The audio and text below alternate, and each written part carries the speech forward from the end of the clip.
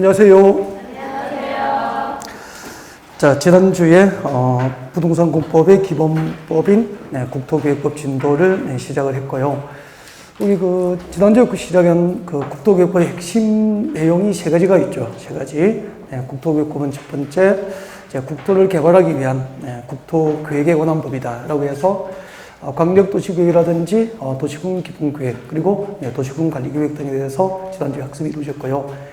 두 번째는 모든 국토 개발이 이제 도시군 계획으로 개발하는 건 아니죠. 그래서 도시계획과 군 계획으로 계획되지 않은 개발은 이제 공적 개발입니까? 사적 개발입니까? 사적인 개발이고, 자, 이렇게 도시군 계획 사업에 의하지 않은 사적인 건축물의 건축이나 토지 흥질 변경 등 국토 개발 행위는 관할 시청 군주로부터 개발을 받게 됩니다. 개발 행위 허가제도 됩니다. 그래서 국토계획법의 핵심은 첫 번째, 국토계획에 관한 법이고, 두 번째는 개발 행위 허가 제도를 규정하고 있는 법이고, 그리고 세 번째가 도시군 계획 시설 사업에 관한 법이 이제 국토계획법이다. 그렇게 되죠. 그렇게 해서 지난주에 이제 국토계획 가운데서 이제 광역도시계획과 도시군 기본계획과 도시군 관리계획 등을 학습했고요. 자, 오늘은 도시군 관리계획의 내용이 1번이 뭐죠? 우리가 이제 이렇게 공부했죠. 도시군 계획이다라고 하면은 이제 두 가지죠. 도시지역과 군지역의 장기적인 발전 방향과 목표를 제시합니다. 도시군 기본계획이 되고요.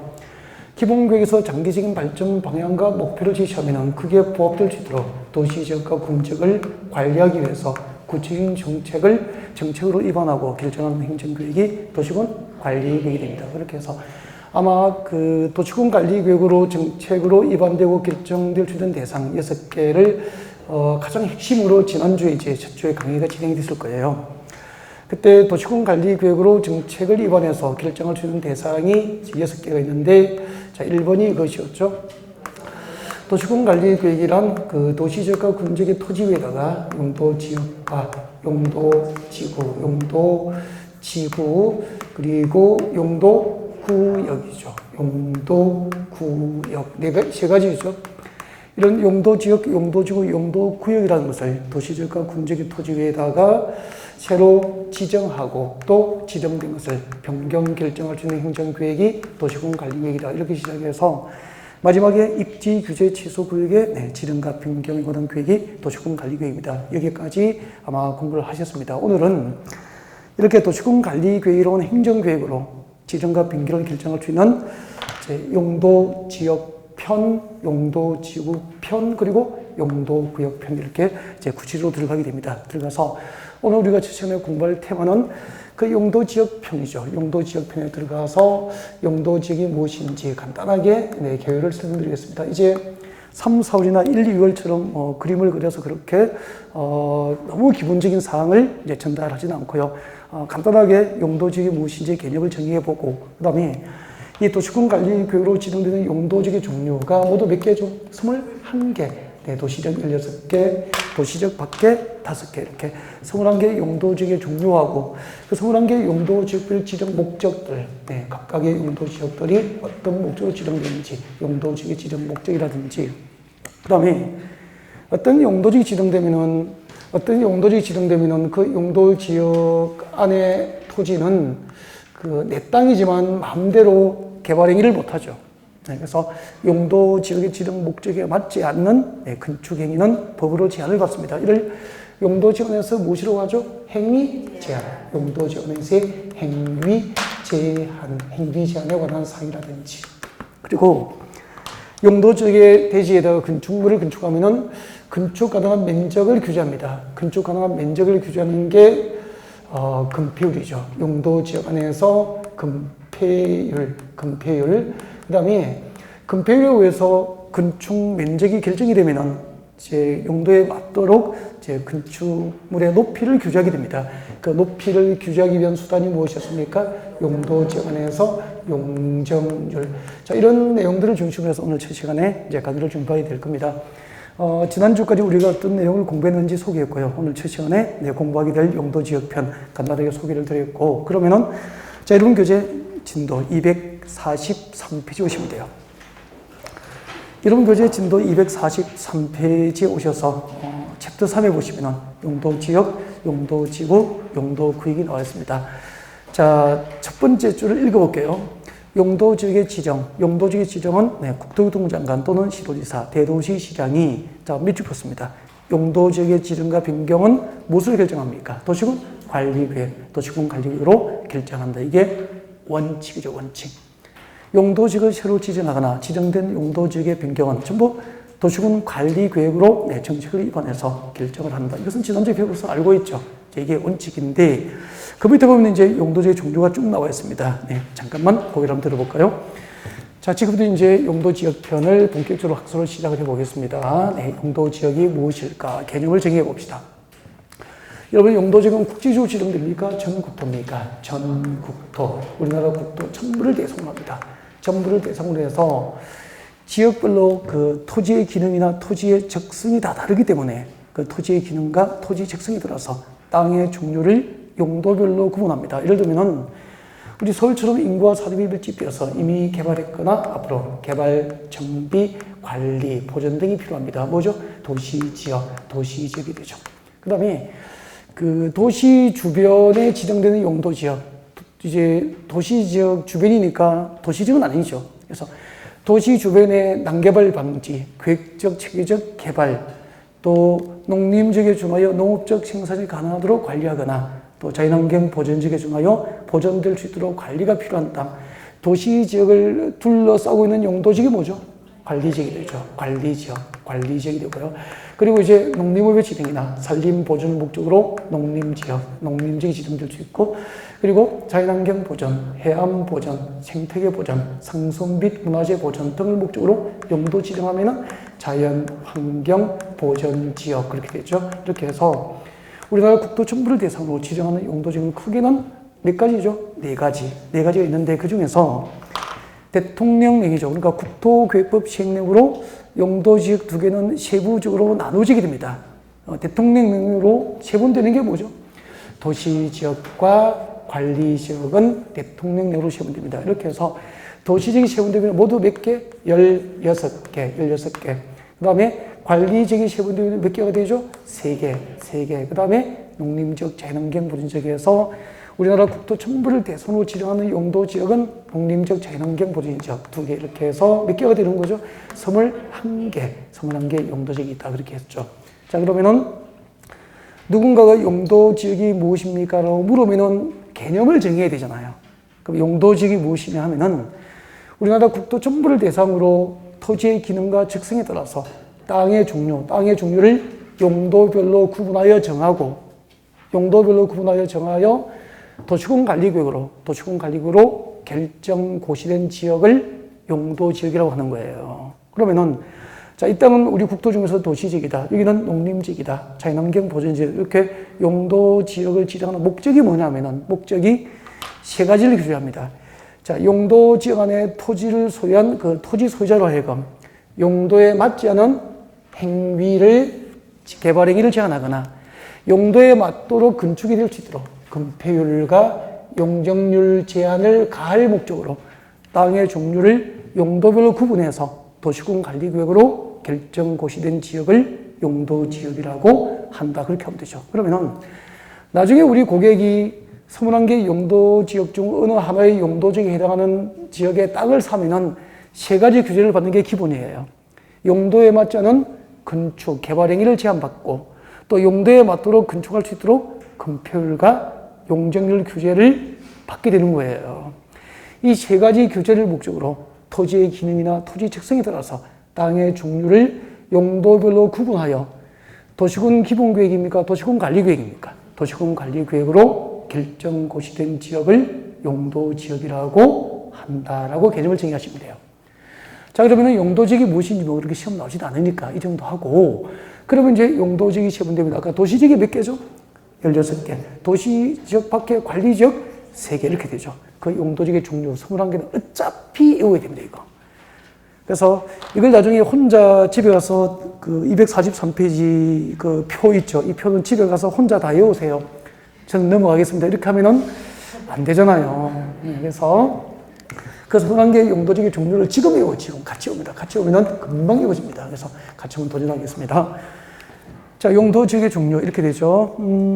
도시지역이 세분되면은 우리 주거지역, 상업지역, 공업지역, 녹지지역. 그래서 우리가 첫 글자 따라서 주, 상, 공, 녹 그렇게 하잖아요. 그리고 주거지역은 다시 세 가지가 있죠. 주거지역은 전용 주거지역, 일반 주거지역, 준주거지역. 그래서 전용 주거지역, 일반 주거지역, 준주거지역 첫 글자 따라서 전, 일, 준 이렇게 돼요. 전용 주거지역은 1종과 2종으로 세분되죠. 지금부터 이제 시작합니다. 암기하십시오. 전용 주거지역은 제1종 전용 주거지역이 있습니다. 여러분 교재는 243페이지 보면은 박스가 있죠. 밑에 박스에 자, 용도지역이 세분해서 첫 번째 주거지역은 제1종 전용 주거지역이다. 이게 보셨죠? 네, 거기 하고 있습니다. 그 다음에 이제 제2종 전용 주거지역이 있습니다. 여기까지 해서 전용 주거지역은 1종과 2종으로 세분된다. 지금 외우십시오. 전용 주거지역은 1종 전용 주거지역과 2종 전용 주거지역으로 세분됩니다. 그 다음에 일반 주거지역인데 일반 주거지역은 주택의 층수입니다. 주택의 층수에 따라서 몇 종까지? 3종까지 제1종 일반 주거지역, 1종 일반 주거지역부터 2종 일반 주거지역, 그리고 3종 일반 주거지역 이렇게 세분됩니다.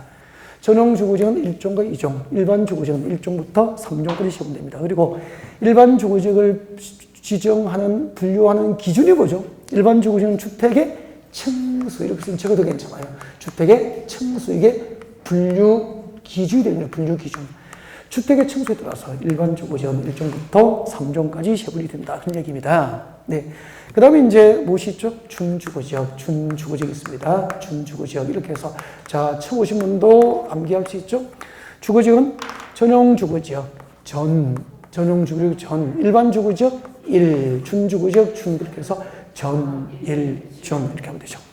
전용 주거지역은 1종부터 2종까지, 일반 주거지역은 1종부터 3종까지, 그리고 준주거지역 이렇게 한 번씩 복습하면은, 2달 만에 처음 보면은 처음 딱 들이대면은 약간 낯설어요. 근데 또 다시 한번 복습이 되는 거죠. 이렇게 복습하시고 집에 가서 이거 외우면은 안 돼요. 지금 같이 했죠. 그 다음에 주거지역이 세분되면 이렇게 6개가 있다는 거죠. 그럼 평택시 주거지역의 종류는 몇 가지가 있다는 거죠? 이렇게 6가지. 주거지역은 6가지 용도별로 주거지역 안에 땅은 용도별로 종류가 구분되어 있다는 거예요. 그리고 이 6개의 주거지역의 지정 목적은 꼭 암기하셔야 됩니다. 지금 외웁니다. 교재 보면은 이제 일종 전용 주거지역 지정 목적이 제일 뒤에 나와 있죠. 일종 전용 주거지역은 뭐죠? 단독주택이죠. 단독주택 중심입니다. 단독주택 전용 용도지역이죠. 그 다음에 2종은 뭐죠? 공동주택 중심의 전용 용도지역이에요. 그 다음에 단독주택, 공동주택 중심에 그 뒤에 보면은 편리입니까? 양호입니까? 양호한 주거 환경, 양호한 주거 환경을 보호하는 것을 목적으로 합니다. 그래서 이렇게 오셔야 돼요. 양호한 주거 환경 보호를 목적으로 하면은 전용 주거지역이 되는 거죠. 전용 주거지역이 무엇입니까? 양호한 주거 환경 보호를 목적으로 지정된 용도지역입니다. 단독주택 중심의 양호한 주거 환경 보호를 목적으로 하면은 1종. 공동주택 중심의 양호한 주거환경 보호를 목적으로 하면 2종 이렇게 됩니다. 그 다음에 일반 주거지역은 이제 주택의 층수에 따라서 자 1종부터 3종까지 세분되는데 1종은 어떻게 되죠? 교재 보십시오. 전청, 2종은 중청, 3종은 중고청 위주의 편리한 주거환경 조성이 목적입니다. 그래서 양호한 주거환경 보호를 목적으로 하면 전용 주거지역, 편리한 주거환경 조성을 목적으로 하면 일반 주거지역 이렇게 되죠. 이것을 제가 이렇게 설명했죠. 양호한 주거환경 보호하고 편리한 주거환경 조성은 제가 이렇게 설명했습니다. 이 실무에 나가면은 필요해요. 그리고 시험 문제를 이렇게 내더라고. 그 편리한 주거환경 조성을 목적으로 용도 지정된 곳에서 그 말은 뭘 말하는 거죠? 일반 주거지역을 말하는 거잖아. 편리한 주거환경 조성을 목적으로 지정된 용도지역에서 건축이 제한되는 것은 이렇게 시험이 나오죠. 그러면은 편리한 나오면은 일반 주거지역이다 이렇게 알고 있어야 그런 문제를 접근을 할 수 있는 거죠. 그래서 이런 단순한 암기가 아니고 가장 기본적이니까 암기를 해주셔야 되죠. 그러면 이렇게 생각하시면 돼. 가장 쉽게 구분하는 방법, 여러분. 서울의 강남역 주변지역입니다. 강남역 주변지역, 역세권이죠. 역세권에 단독주택단지나 공동주택단지가 있으면은 역세권 아파트나 단독주택 단지라면은 일상생활이 불편합니까? 참 편리합니까? 편리하죠. 교통 편리하죠? 그죠? 그 다음에 또 상업 지역이나 또 업무 용도 빌딩이 가까우니까, 그죠? 일상생활이 편리할 수밖에 없죠. 학교도 가깝고. 그래서 역세권에 있는 단독주택지나 공동주택지, 즉 주택지는 일반 주거지를 보시면 돼요. 일상생활이 참 편리한 곳이라고 보면 된다고. 근데 강남역 주변 중에는 일상생활이 편리하지만 뭐 설악산에 비교하면은 주변의 환경이 양호하지는 않잖아요. 소음 많고 위험하고 복잡하고, 그죠? 그래서 이런 것은 일반 주거지가 되는 거예요. 근데 강남역에서 이제 마을버스 타고 20분을 외곽으로 나갔어. 그리고 이제 뒤에는 산이 있고 산 동네로 올라가서 마을버스 내려서 다시 3분 걸어서 도착하는 아파트라면은 일상생활이 좀 불편하죠. 뭐 지하철 내려서 마을버스 타고 30분 정도 올라가는 동네니까. 그러니까 일상생활이 좀 불편하지만 조용하고 공기 좋고, 그죠? 이런 데 집 보러 가면은 편리하다고 합니까? 살기 좋다고 합니까? 살기 좋죠. 주거환경이 좋다 이 말이에요. 그래서 이런 것은 전용 주거죠. 주거환경이 양호하다 그렇게 보시면 되는 거죠. 그래서 역세권 아파트는 일반 주거죠. 숲세권 아파트는 전용 주거죠. 그렇게 보시면 되는 거예요. 쉽게 구분됐죠. 네. 자, 그 다음에 이제 준주거지역인데, 그 다음에 세 가지, 이제 5개는 다 됐고, 준주거지역은 주거지역이니까 주거 기능을 중심으로 합니다. 지금 외워야 돼요. 주거 기능을 중심으로 하면서 거기에 플러스 일정한 다른 기능이 보완됩니다. 무엇이 보완되죠? 상업과 업무 기능이 보완이 된다. 그렇게 보면 되죠. 여기까지가 주거지역 6개를 다 설명드린 겁니다. 그럼 이렇게 지금 기본 이론도 아닌데 하나하나 설명드린 것은 출제 가능하고 꼭 수험을 위해서 준비해야 된다는 거죠. 그러니까 이런 건 쉬운 것은 안 나온 줄 알았는데 이런 게 안 되면은 하나씩 자꾸 실수가 나오게 돼요. 그 다음에 두 번째는 상업지역이죠. 상업지역은 네 가지가 있죠. 네 가지. 우리 어떻게 외웠죠? 중일근이유 그렇게 외웠죠. 충청도 버전은 이거 썼잖아. 중일근이유. 그죠? 자, 이렇게 해서 같이 해볼까요? 중심상업지역, 일반상업지역, 근린상업지역, 유통상업지역. 이렇게 해서 4개의 상업지역이고 진짜 외우셔야 돼요. 중심상업지역은 지정목적이 도심과 부도심, 동그라미 하십시오. 도심과 부도심, 이 단어를 꼭 외워야 됩니다. 도심과 부도심의 상업과 업무기능 확충을 목적으로 지정된 곳입니다. 그래서 중심사업지역 나오면 머릿속에 도심과 부도심에 있는 상업과 업무기능 담당을 목적으로 지정된 땅이니까 여러분 강남역 주변 지역이나 서울역 주변은 도심과 부도심이잖아요. 중심상업지역이에요. 영등포역 주변에 백화점도 있고 호텔도 있고 있죠. 뭐 이런 것도 뭐죠? 중심상업지역이 되는 거죠. 부도심권이니까. 도심과 부도심의 상업과 업무기능 확충의 목적이다. 그 다음에 근린지역에서 근린은 무슨 뜻이죠? 근린은 가까울 근자에 인접할 인자잖아.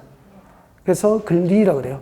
근리는 주택가 인근지를 말합니다. 주택가 가까운 곳이죠. 그래서 자, 주택가 인근 지역에서 일상생활용품, 일용품과 서비스 제공을 목적으로 합니다. 그래서 근린상업지역은 도매시장입니까? 주택가 인근의 소매시장입니까? 주택가 인근의 소매시장이 위치한 곳은 근린상업지역으로 보시면 됩니다. 그래서 여러분 동네에 가면은 동네 상권이 형성되어 있고 또 얼마든지 저녁 준비를 위해서 잠깐 다녀올 수 있는 소매시장이 많이 있습니다. 이런 것은 근린상업지역으로 보시면 돼요. 그 다음에 유통상업지역, 유통이라는 것은 도매를 말하는 도매. 소매입니까? 유통은 도매입니까? 도매.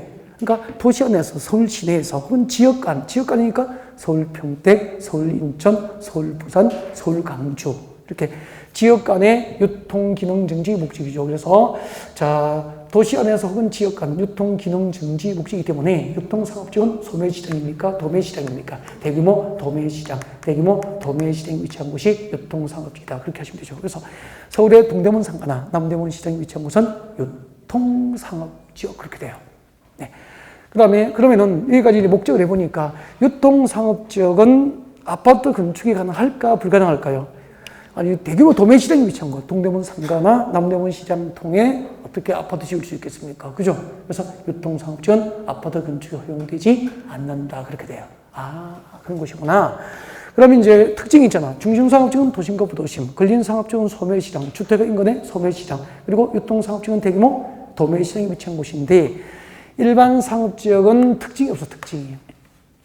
도심과 부도심도 아니고 소매시장이 위치한 곳도 아니고 도매시장이 위치하지 않는데 상가가 보이면은 전부 무엇이 되는 겁니까? 일반 상업지역에서 특징이 없어가지고 얼마나 특징이 없든지 일반적인 상업이라고 그러죠. 일반적인 상업, 일반적인 상업과 업무 기능 담당을 목적으로 지정된 곳이다. 그래서 이런 곳이 일반 상업지역입니다. 잠깐만요. 이 강남역이잖아, 강남역이죠. 그 다음에 이제 강남역이고, 여기는 이제 서초입니다. 서초역이죠. 서초역이라면은, 서초역에서 강남역까지 그 대로변 주변에는 주택입니까? 전부 상가입니까? 전부 상가가 형성되어 있죠. 상가 형성되어 있는데, 대규모 도매시장이 위치합니까? 없죠. 소매시장이 있습니까? 없죠. 그죠? 여기가 도심과 부도심도 아니잖아요. 그리고 모이고 흩어지는 곳입니까? 지나가는 곳입니까? 지나가는 이런 곳이 일반 상업지역으로 보시면 돼요. 그래서 일반 상업지역은 대체로 이제 상대적입니다. 상대적으로 유통상업지역이나 근린상업지역 그리고 중심상업지역보다 일반적으로 상권이 좋은 곳입니까? 좋지 않습니까? 좋지 않은 곳, 지나가는 곳이에요. 그 여중사거리고 평택경찰서 쪽까지 여기까지 도로 주변에 전부 상가죠. 상가인데 소매시장, 도매시장이 있습니까? 없죠. 도심과 부도심입니까? 아니죠. 그러면은 무슨 용도지입니까? 일반 상업지역 확률이 높다. 그렇게 보시면 된다고 이해가 되죠. 그래서 이걸 그냥 외우는 것보다 이야기를, 설명을 들으니까 현장이 상상이 되잖아. 구분되고 오랫동안 기억에 남죠. 진짜 아는 거죠. 그 다음에 공업지역입니다. 공업지역은 시계가 있죠. 어떻게 외웠죠, 저희들? 전, 일, 준. 이렇게 외웠다고요. 전용공업지역, 일반공업지역, 준공업지역 이렇게 됩니다. 그렇게 해서 전, 일, 준 그렇게 외웠었고요. 전용공업지역은 뭐죠? 공해동그라미 공해성공업 동그라미입니다. 공해성공업을 수용하는 게 목적이에요. 그러면은 그 공해를 배출하는 공장만 한 곳에 모으려고 만든 게 뭐죠? 전용공업지역이에요. 우리 그 수도권 제1의 공업도시가 경기도 안산시죠. 경기도 안산시인데, 안산은 그 구룡단에 있던 공해성 공장들을 전부 이제 내보낸 곳이 다시 이제 시야공단, 바늘공단이 된 거예요. 그래서 공해 전용 용도지로 보시면 돼요. 그럼 공해를 배출하는 공장만 모아뒀다. 뭐죠? 전용공업지역. 그러면 전용공업지역은 생각해 보십시오. 공해를 배출하는 공장만 모아둔 곳인데 거기에 공동주택이라든지 단독주택 건축을 법상 허용합니까? 제한합니까? 제한. 그죠? 중화학, 석유화학 그리고 공해를 배출하는 공장만 모아뒀는데 어떻게 주택을 지을 수 있냐고. 그래서 상식으로 개념만 알아도 여기는 아파트 건축이나 단독주택 건축이 허용되지 않구나. 그래서 유일하게 단독주택 건축이 허용되지 않은 곳이 두 개 있어, 두 개. 유통상업지역, 도매시장, 유통상업지역하고 그 다음에 전용 공업지역 이런 곳은 단독주택 건축이 허용되지 않는다고. 그러니까 안 외워도 개념을 알면 유추가 될 수 있잖아요. 그 다음에 이제 일반공업지역. 일반공업지역은 공해입니까? 무공해입니까? 무공해. 그래서 환경을 저해하지 않는 공업이에요. 환경을 저해하지 않는 공업이니까, 환경적으로 아주, 환경적으로 문제가 없는 공업, 오염을 발생시키라는 공장을 모아둔 곳이에요. 그래서 그 공해를 배출하는 공장만 모았다, 뭐죠? 전용공업지역. 공해를 배출하지 않은 공장만 모아뒀어, 뭐죠? 일반공업지역. 그렇게 되는 거예요. 알겠죠? 그 다음에 중공업지역이죠. 중공업지역은 경공업 요입니다. 경공업 기타 공업을 수용합니다. 경공업 기타 공업을 수용하되 중공업지역이니까 거기에 준하여 중거, 상업 그리고 업무 기능이 플러스 보완이 됩니다. 그래서 자, 경공업 수용이 가능하니까 공장 지을 수도 있고 주택 지을 수도 있고 상가 지을 수도 있고 업무용대 빌딩까지 건축할 수 있기 때문에 중공업지역은 공업지역이지만 주거 기능이 가능하죠. 그러면 단독주택이나 공동주택 건축이 가능하다. 그래서 공업지역 중에서 중공업지역은 주택이 건축이 가능해요. 그래서 중공업지역은 아파트도 건축이 가능하게 됩니다. 아, 그렇구나. 그 다음에 이제 녹지적 3개 남아 있었죠. 녹지적 3개 남아 있는데, 녹지적은 어떻게 되겠죠? 보생자, 보전 녹지, 생산 녹지, 자연 녹지, 자연 녹지 그렇게 되고요. 보전 녹지 지역의 지정 목적은 도시의 자연 환경입니다. 도시의 자연 환경, 도시의 자연 환경을 보존하는 게 목적이죠. 상징적으로 도시의 자연 환경 보존이라고 뽑았고요. 도시의 자연 환경, 경관, 산림, 녹지 등 보존이 목적이에요. 그래서 장기적으로도 개발할 수 있다, 없다, 없다 그렇게 쓸 거예요. 그 다음에 생산 녹지적, 생산 녹지적은 이런 녹지적, 생산 녹지적 생산은 무슨 생산입니까? 산업 생산입니까? 공업 생산입니까? 농업 생산입니까? 농업. 그래서 농업 생산, 농업적 생산을 위해서 개발이 유보되어 있어요. 그래서 농업적 생산, 생산은 농업입니다. 농업적 생산을 위해서 개발이 유보되어 있으니까 여러분 유보는 영원한 금지입니까? 일시적인 금지입니까? 일시적 금지이기 때문에 농업적 생산을 위해서 개발이 유보되어 있지만 장기적으로 개발 가능성도 있다. 개발할 수 없다. 개발 가능성이 장기적으로 있을 수 있다. 이렇게 쓰겠잖아요. 그 다음에 자연녹지적의 지정 목적은 뭐죠? 불가피한 경우에 하나요. 불가피한 경우에 하나요. 제한적 개발이 허용되는 용도지역이죠. 그래서 자유롭지는 않지만 제한적이지만 유일하게 개발 가능한 녹지가 자연 녹지지역 그렇게 되죠. 여기까지. 지금까지 16개의 용도지역, 도시적 16개의 용도지역별 지정 목적에 대해서 이제 설명을 쭉 드렸고요. 반드시 이건 꼭 외워야 돼요. 그래서 이걸 이제 좀 이렇게 40대 뭐 이렇게 좀 연령대가 50대 이렇게 올라가면은 잘 외우는 거 좀 조금 귀찮거든요. 그래서 이런 기회에 같이 한번 하면은 그냥 오랫동안 남을 겁니다. 이렇게 해도 충분해요. 현상 유지되니까. 그 다음에 관리적 같이 봅니다. 관리적은 시계가 있죠. 이런 관리적 중에서 네, 본래는 관리적인데 봐요. 관리적인데 세 가지가 있잖아요. 관리적이 세 가지가 있는데 도시적에 가까운데 이제 보존 가치가 있는 산지도 있고 전답, 가수원 등 농지가 있다면 본래는 농림적 지정 대상이에요. 근데 이 같은 도시 개발이 그대로 있습니까? 확산됩니까?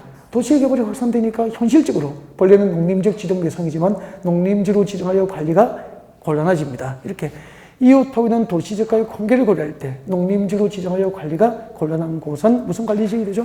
생산관리지역에서 이런 글씨 보시고 생산관리지역은 농림지역에 준하여 관리가 필요한 지역이다.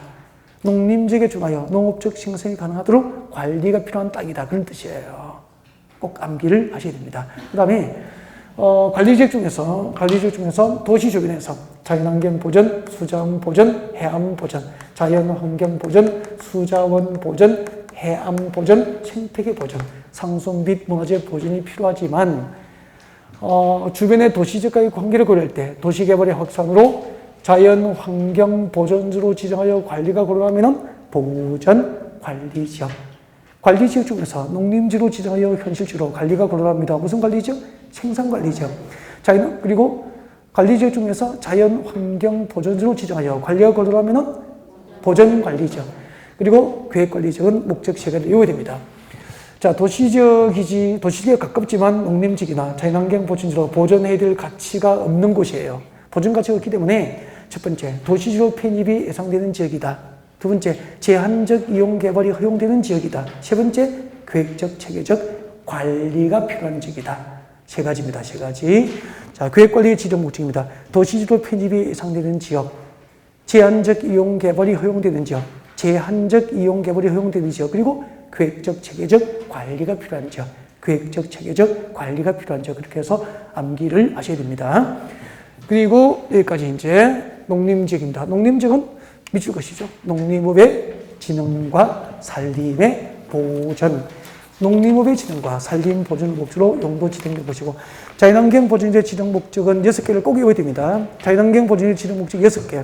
동그라미 하죠. 자연환경 보전, 수자원 보전, 해안 보전, 생태계 보전, 상수 및 문화재 보전. 이거 5개 보전이에요.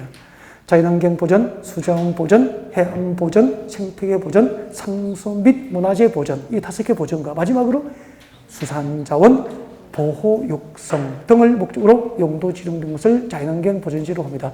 자, 고개를 들겠습니다. 이렇게 해서 도시적 16개, 그리고 도시적 밖에 관리적 3개, 농림지역과 자연환경 보전지역까지 21개의 용도지의 종류와 그 지정 목적들을 지금까지 공부를 했고요. 지금 우리 암기한 순서 이대로 외워야 돼요. 암기한 순서 이대로 암기합니다. 아셨죠? 네. 주거지역은 어떻게 외웠죠? 전, 일, 준. 상업지역은 중일근이유. 공업지역 전, 일, 준. 딱 이 순서 외우십시오. 그리고 녹지지역은 보생자. 그리고 관리지역 3개, 보생계입니다. 보생계. 그렇게 되죠. 보전관리, 생산관리, 계획관리, 그리고 농림지역과 자연환경 보전지역 이렇게 외우시고, 이걸 순서대로 외워야 의미가 있습니다. 그러면 지금까지 우리는 용도지역이 무엇인지, 그리고 용도지역의 종류 21개, 그리고 21개 용도지역의 지정 목적들을 각각 암기한 거죠. 정말로 이 정도는 꼭 하셔야 돼요. 이 정도는 꼭 하셔야 되고, 그 다음에 이제 용도지역을 지정하면은 목적이 뭐라 그랬죠? 행위제한입니다. 개발행위 제한이 목적이에요. 개발행위 제한. 용도에 맞지 않는 토지를 개발하는 행위를 법으로 제한하게 되거든요. 그때 가장 대표적인 개발행위가 뭐죠? 건축행위. 그래서 용도지원에서의 행위 제한은 곧 용도지원에서의 건축 제한이라고 합니다. 그래서 여러분 교재 244페이지 봅니다. 244페이지 오세요. 여기 244페이지 오시면은 용도지원에서의 행위 제한 중에서 건축 제한이라고 나와 있습니다. 들펴하시죠. 용도지원의 건축 제한 내지는 행위 제한 출제가 자주 되죠. 그래서 동그라미 1번 앞에 적으십시오. 동그라미 1번 앞에다가 원칙. 지정된 용도지역에서 건축물이다. 그 밖의 시설의 용도, 종류 및 규모 등의 제한에 관한 사항. 제한 동그라미. 그 제한이 무슨 제한입니까? 건축 제한. 용도지역에서의 건축 제한에 관한 사항은 무엇을 정한다? 대통령령으로 정한다. 대통령령을 꼭 외우십시오. 지정된 용도지역들 건축 제한은 대통령령으로 정한다. 이게 원칙이에요.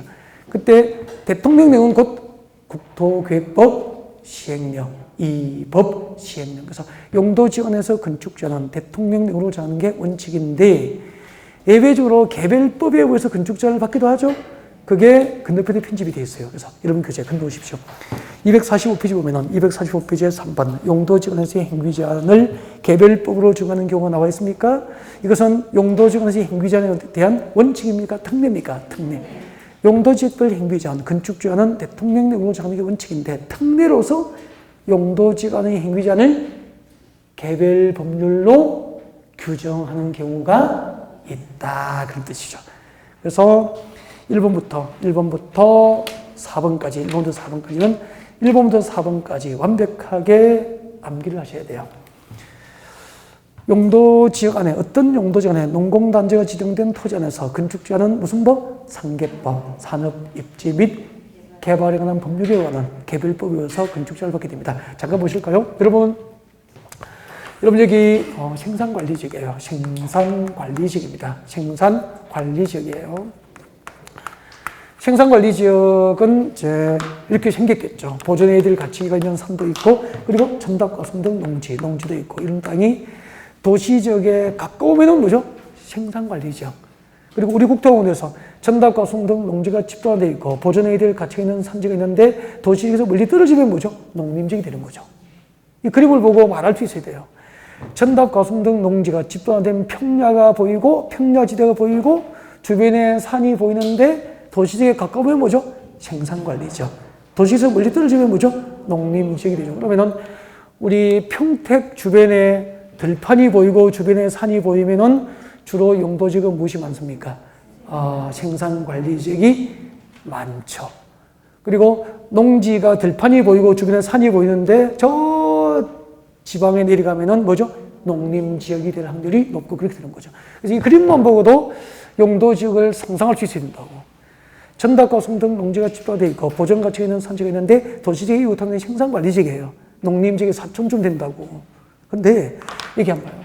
이 관리지역은 용도지역이잖아. 이 용도지역 안에 생산관리지역의 빗금 침투만큼 이게 산업 입지 및 개발에 관한 법률, 이것을 약칭해서 뭐라고 합니까? 상계법. 자, 이 생산관리지역의 상계법상 뭐지 지정되냐면은 농공단지가 지정되어 있는 거예요. 농공단지. 관리지역에 농공단지가 들어오면은 이 농공단지 안에 땅 사면은 어떤 건축이 가능하고 어떤 건축이 제한되는 일은 대통령령으로 정하지 않고 개별 법률로 따로 정하는 거예요. 이렇게 용도지원에서 농공단지 안에서 건축제한을 개별법으로 정하고 있는데 그 개별법이 무슨 법이죠? 산업, 입지 및 개발에 관한 법률, 상계법 그렇게 되는 거죠. 그래서 우리 외워야 돼요. 용도지원에서 농공단지인 경우 건축제한은 상계법이라고 하는 개별법에 의한다고 암기를 하셔야 되는 거예요. 농공단지는 상계법 그렇게 온다고. 왜 농공단지는 상계법이라고 외워야 되는지 아시겠죠? 네. 그 다음에 이제 그럼 또 이렇게 나온다고. 생산관리지역에서 농공단지인 경우에는 농공단지니까 농지법 규정에 의해서 건축제한을 받는다. 오 믿겠습니까? X. 농공단지는 농지법이 아니고 상계법 규정에 의한다. 농공단지는 농지법이라고 시험 되겠죠. 그 다음에 그 밑에 보십시오. 농림지역 안에 지정된 농업진흥지역 안에서 건축제한은 농지법. 농림지역 안에 보전산지는 산지관리법. 농림지역 안에 초지는 초지법 그렇게 되는 거죠. 그러면은 농업진흥지역 안에서의 건축제한이 농지법에 의해서 건축제한이 이루어지는 것은 어디에서만 가능하죠? 농림지역.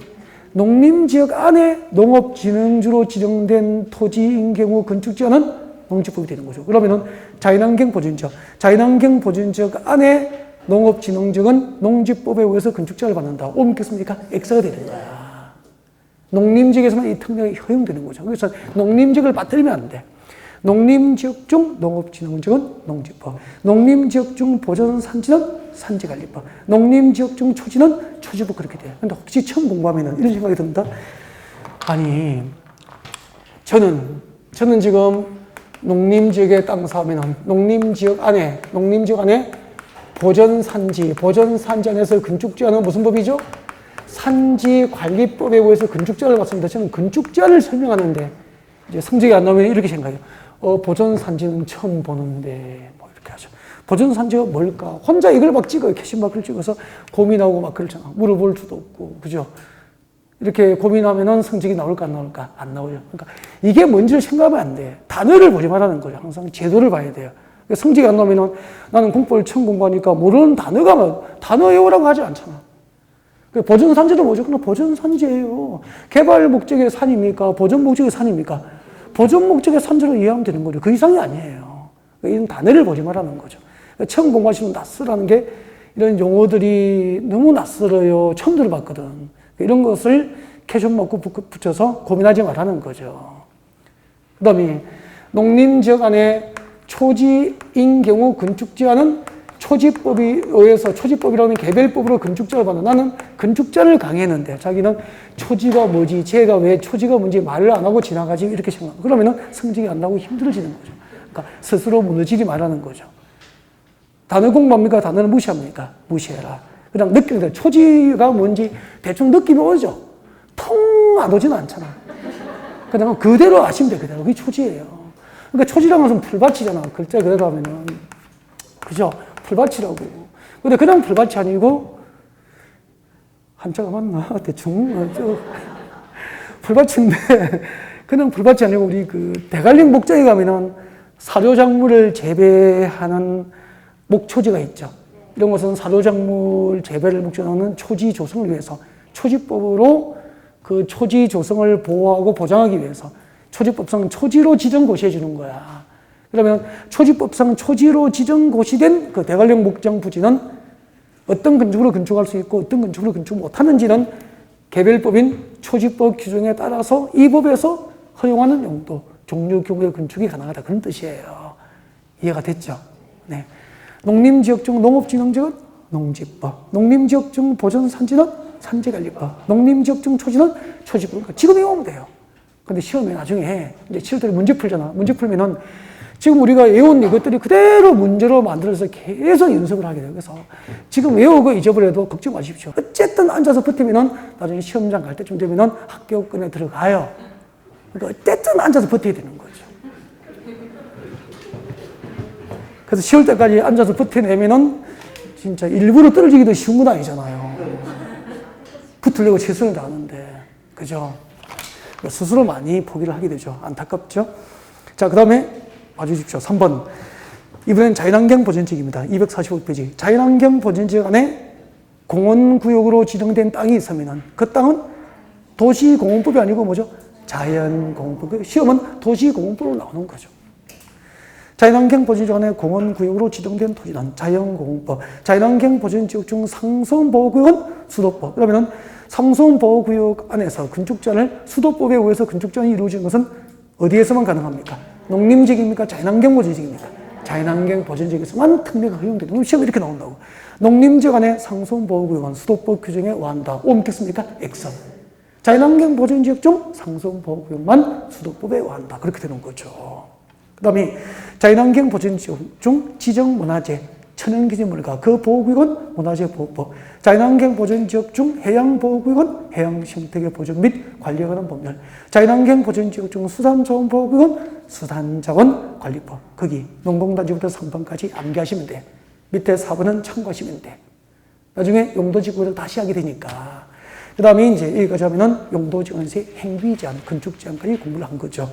자, 그러면은 칠판을 이대로 둔 상태에서 잠시 휴식을 했다가 용도지원에서의 건폐율과 용적률을 중간에 끊으면 안 되니까 여기서 잠시 휴식하고 용도지원에서의 건폐율과 용적률을 하고 용도지구표로 넘어갈지도 그렇게 준비하겠습니다. 네.